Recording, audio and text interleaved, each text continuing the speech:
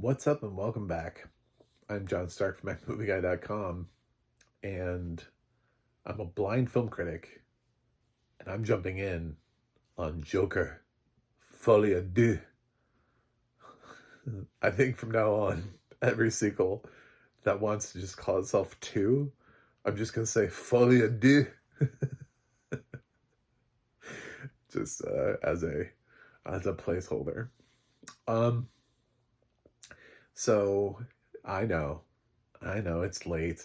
It's I didn't see this in theaters. You know what the funny thing was? And I said this in my Beetlejuice review, is I mentioned, because I went to the theaters for that. I was busy. I didn't see a movie in theaters in November. I've been trying to get out to see a movie every month, and that hasn't really happened. I'm at like 4 right now. I think 4.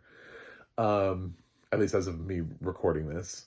And I'm still hoping to get one in December. That'll bring me to 5, which would be more than the previous year. I don't enjoy movies in theaters that much because the equipment is sometimes there's fuckery, and the sound is sometimes louder than the actual device can produce sound into my ears. It's actually a lot easier for me to be able to assess a film at home, which is good for this movie because it needs to be assessed.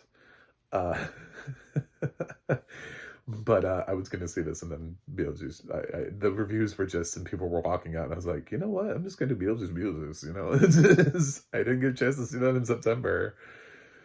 It's a little late, but so, um, yeah. And I passed, and I was like, I'll just wait for Max, and Max it is. The funny thing is, I also had a screener for this because it was submitted for my consideration, but it didn't have audio description, and I was like, I should give this. I feel like this film is close to Max. It'll probably drop if I can get this within the window of my voting. I will, and lo and behold, it was announced and it landed, and I didn't have to watch it without audio description. So I can tell you this is narrated by William Michael Redman, um, and he's a solid choice for this. I like him on action films, and there's some action here. Um, this film sort of defies definition, and I think you know that. It's this film is a lot. I think one of these days we're gonna look back on, and Todd Phillips is gonna talk about this film, and Joaquin and Gaga when they get further away from it, and just sort of reflect. And I think those are gonna be really interesting conversations. Am I here to firebomb Joker Folie à Deux? No, I'm not. I'm not here to join in on the oh my god, Becky, look at that butt. Like, this is not that. Um, it's also, I can't also say it's a good movie, um, but it's a movie. So this is a sequel to Joker, and it's not going to get any awards nominations. Just going to go and throw that one in there.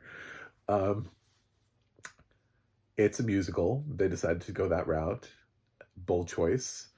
And it's a little late in the game, so we can do at least some spoilers. I won't spoil the ending of the movie for you, but you do need to know sort of like the fact that basically this movie takes place following the events of the first movie, and Arthur is now in jail. I also, by the way, I intend to re-review the first movie because I don't have a review on this in my channel. So on the same day you're watching this, there should also be a review of Joker at the same time. Um, and following the events of the first movie, he's in Arkham. Feels like a jail. It's one of the things I actually didn't like about the movie is the fact that this doesn't feel like Arkham Asylum, and I kind of felt like we were copping out. I know they're trying to bring realism to this world, but at a certain point, I have certain expectations, and this was a really low key Arkham Asylum. This felt like I don't know. This felt like a fun and fancy free prison at some points. Just like is this prison? Like, um, I I don't know. I was very disappointed by the depiction of this place and the people in it. And Patty Considine, I think, is in this as one of the main prisoners in jail. So Arthur's there, and he's on trial. His lawyer's played by Catherine Keener. I remember when people were talking about awards, they were like, Catherine Keener, they're being very, they don't want to reveal who she is. They're being very cagey about it. They're not being cagey. She's just a lawyer. She's just like, I guess I didn't want people to know that this was like a courtroom drama, musical. It's very odd. Um, yeah, she just plays Joker's lawyer. Surprise. Um, and there's a debate about, is Joker a completely different personality? Does he have a split personality disorder? Is he competent to stand trial? All that kind of stuff. And Arthur, as a person, why did he go and do these things? And obviously, people have this adverse reaction, but he's obviously stirred up something in Gotham as well. Like, there are people who think that his like Rage Against the Machine type approach really just spoke to them. So there's also this like growing unrest. So his trial has a lot of focus on it because of that, because there are people who seem to have really started to fall for this persona. One of them being Harley Quinn. And I don't know, they always, at one point, I heard the audio description use the term Lee.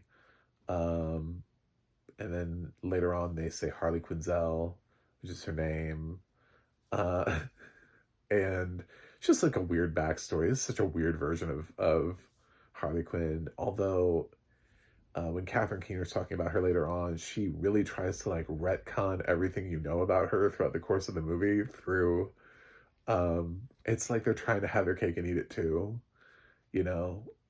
It's so odd. This is such an odd interpretation of Harley. I wanted to come in here and be like, oh, Harley really just gave Margot Robbie a run for no. But it's not her fault. It's just the character is so poorly written. Like, I want to be able to say that Gaga is great here because she's committed to the experience. But damn, like, you can go for realism and then you can like also just say, but you're also making a musical. So if you're going to lean into anything, now would have been the time to really go for, this vivid version of Harley that we're used to, instead of this weird muted version that we get. She's also a prisoner inside Arkham, so you don't get that transitional phase of her being sort of this shrink that is like a worshiper of Joker. She was introduced in the 90s in the Batman animated series. She doesn't go that deep into Batman lore, so a lot of people don't realize, because she's such a popular character. She's actually one of the newer characters. She's sort of like Gambit for the X-Men. She's that annoying character that hardcore fans are just like, oh god. Like, they really caught on in the 90s, but they were also introduced in the 90s. So Harley hasn't had as many opportunities, I should say, at being reinvented, because she's not as old, although I'm getting older and older, and the 90s is getting further and further away. But as some of the other bad villains to be reinvented over the course of the years. So I guess we're doing it. We're reinventing her a little bit. So she's in prison with Joker. And because it's a everybody's in here thing. And no, they don't take advantage of it. This is not a dark film where like they're like, ooh, there are women in this prison with men. What does that look like? Nope. Todd Phillips stays away from that. If you want to know what that's like, watch Hulu's limited series Say Nothing. Because that was the one thing where I was like, you know what? I don't necessarily agree with anything that these people did, but the one thing that I do think that the British government should not have done is put women in a male prison. Although Lady Gaga makes it look really easy. So she's just walking around. But then again, the whole film is like, what's real, what's not, what's dream sequence. He's in his cell, then he's on the roof in a dance number with Lady Gaga. It's a very weird film, and it's a bold choice for Todd Phillips to try to follow Joker with this.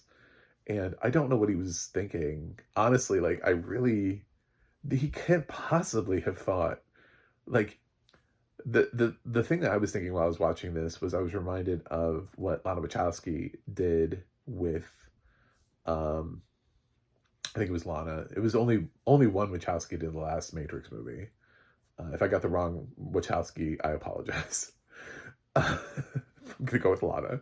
So what Lana Wachowski did with uh, the Matrix Revolutions, and there's this like meta thing, and she threw in this part about how um, it's sort of like there. It feels like there's this movie happening, and you see Neo, and he's like sitting across from Jonathan Groff, and there's this idea that if she hadn't made the movie, that Warner Brothers was going to have somebody else make it anyway. So it's better left to her own guys. And I kind of wonder if that's not the case here. If Todd Phillips was like, if he wasn't in a meeting with WBD where they're like, we're going to make a sequel to Joker and we'd like for you to direct it. And he's like, well, I don't want to make a sequel to Joker. He's like, well, we're making a sequel to Joker. Do you want to direct it or not? And so Todd was like, yeah, yeah, I'll do it. And so then he firebombed a sequel. Um, because that would be brilliant if he did, if he was like, you know what? You're forcing me to make the sequel. So I'm going to convince you that this is a brilliant idea. I'm going to get Gaga in here. And because the first one was Best Picture nominated, everybody's going to think I'm a genius. So let's see how far I can stretch this and just really use all the clout that he had built up to build this movie, knowing that it was going to be like repulsive to most of the fans who watched the original Joker, and knowing that it wasn't going to have the same box office reception or the same level of Oscar. If he knew all of that going into it, I think it's brilliant. Honestly, I think he's brilliant for doing it, because there's part of me that thinks there's no way that he could have possibly gone into this and think this is the best possible sequel I could have made to the first film. Um, it's very much, it's so swinging for the fences. It is the creativity here on this to go from Joker 1 to Joker 2 is one of the reasons why I can't hate this movie. And it's one of the reasons why I think like Quentin Tarantino kind of defended the movie a little bit. Um, it's it's not so bad it's good. It's one of those things where it's like it's so bad it's like awe-inspiring. I don't I was just watching the movie the whole time. I was like, fuck me. Like but like I wasn't ever bored. I was just like, this is awful. But at the same time, like I'm totally appreciating what Todd Phillips is doing on a different level, because it's so wildly different. It's such a even Joaquin's performance feels like he's doing something completely different. He feels so muted here. And Gaga is everything that you would not expect Harley to be. Like this film feels like a complete like 180 in the other direction. It feels like Todd Phillips was trying to run away from Warner Brothers Discovery as quickly as humanly possible, and the fastest thing he could do was, best way he could think of to never have to work with them again was to blow $200 million of their budget on this movie. Um, and maybe that's unfair. Maybe he really did think this was going to be a good movie. I mean, this is the guy who made Three Hangovers, so I don't know. It's really hard to predict, but he did make a solid first Joker movie. And there was a vision there, and there was an idea, and there was a thought, um, and it was different, and it wasn't what we expected. Um, and here he loses everything that he built and then reinvents it. There has to be a reason for that. Like, if this had worked, what would he have done for the third one? Would it have been a Western? Like, would they be in space? If somebody kept forcing Todd Phillips to make Joker movies, I feel like the possibilities are endless, because I feel like the next one would be like a silent movie. I feel like he's like, oh my god, I can't believe this is working. Um, but I appreciate the absolute go for broke mentality that he has with this film. I think a lot of people have derided him And there's something about it where it's so ballsy. It's so off the wall. It's so absolutely batshit that I appreciate. Um, as long as he's not delusional and he didn't think that he just created his magnum opus, like, then I'm concerned. I'd be concerned for his own mental health in a film that's about mental health. If he truly believed that this was the pinnacle of his direction, then I'm concerned. Then I'm not in on the joke anymore, and then I'm thinking we need to get Todd some help. But if he at all was thinking to himself, you know what, they gave me some money. I don't really want to do a Joker sequel, so let's just see what. I've never done a musical before. Why not? You know, the Joker musical. Fuck it, right? Like, nobody's gonna see it coming. Nobody's gonna expect it. Nobody knows what that's gonna look like. You know, so it's that risk taking, and we constantly talk about how we want originality in cinema, and we're tired of just like reviving dead franchises, or having these legacy sequels or endless comic book movies or whatever it is that your problem is, with the current state of cinema. Man, he took a film and he made a sequel to it that in no way resembles the first movie, in tone at all. Like, it's I remember in the first movie they were worried about like how it was gonna um like violence begets violence or whatever. This is not no one's worried about that. Like, if anything, they should be worried that it's gonna like beget song and dance, like people are gonna come out of the theater like bursting into musical numbers. And the music number here is so weird, like they just kind of sing. It's not really related to anything. The song choices are just they're nice, but do they necessarily? Sometimes they're relevant, sometimes they're not. They're just kind of like songs. Um, Joaquin doesn't have the best voice. Luckily, Gaga does, so it makes up for it. Um, but yeah, I don't know what much else to say here. Zazie Beetz comes back for like a hot second. Brendan Gleeson's in this. Uh, but this is really just like, I don't even want to say this is a Joaquin Phoenix Lady Gaga show. This is a Todd Phillips show, and he is in charge, whether you like it or not. So, I know you probably would expect me to give it an F. I've only given one F this year, and that was for Tarot, and this is not Tarot. Tarot made me want to punch babies. I hate Tarot. I hate Tarot, and I hate the filmmakers behind Tarot, and I don't care if they were here, I would tell them that. I'd be like, your film is awful. Please go away. Then I have a whole bunch of like D- movies this year, and I'm looking at those. I'm thinking, like, what, like what? I mean, this is creatively stronger than The Strangers Chapter 1, which is like a poor reinvention of the first movie and is in no way remotely interesting, scary, or has any. There's nothing in that movie that's good. So why would I group it with that? Why would I group it down with the D minuses? Because it's not. I look at my D films, and then I'm sort of like in the realm of like The Deliverance, Lee Daniels' shitty movie where he takes great actors and he kind of swings because he's not really used to the horror genre. He doesn't really know what he's doing here, but he also doesn't really reinvent anything either. Like, he's not really doing anything other than a typical exorcism movie. So then I come to D plus. So using the comparison, I'm explaining my grade. I know this is awesome. So I sit in the D plus range, and I'm like, so when I think about Lee Daniels taking a swing by doing a horror movie when he doesn't usually do them, well, Todd Phillips did a musical when he doesn't usually do them.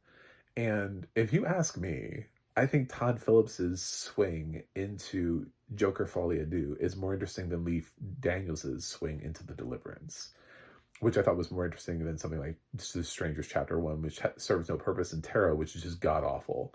So using like those sort of like pinnacle movies, I know 3 of them are horror movies, I'm sorry, but using that sort of as like a gauge, I'm gonna give Joker Folie a D plus.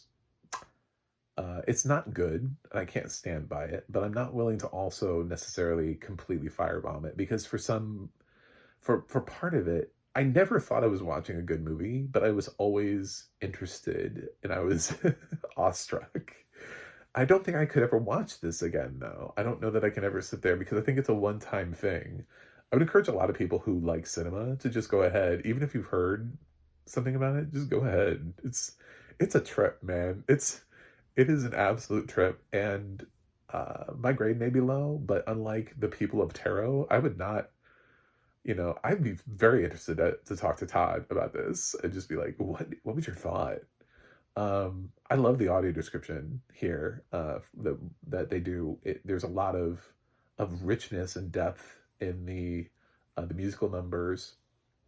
Um, a lot of suggestion of, is there dream sequence? Is there not dream sequence?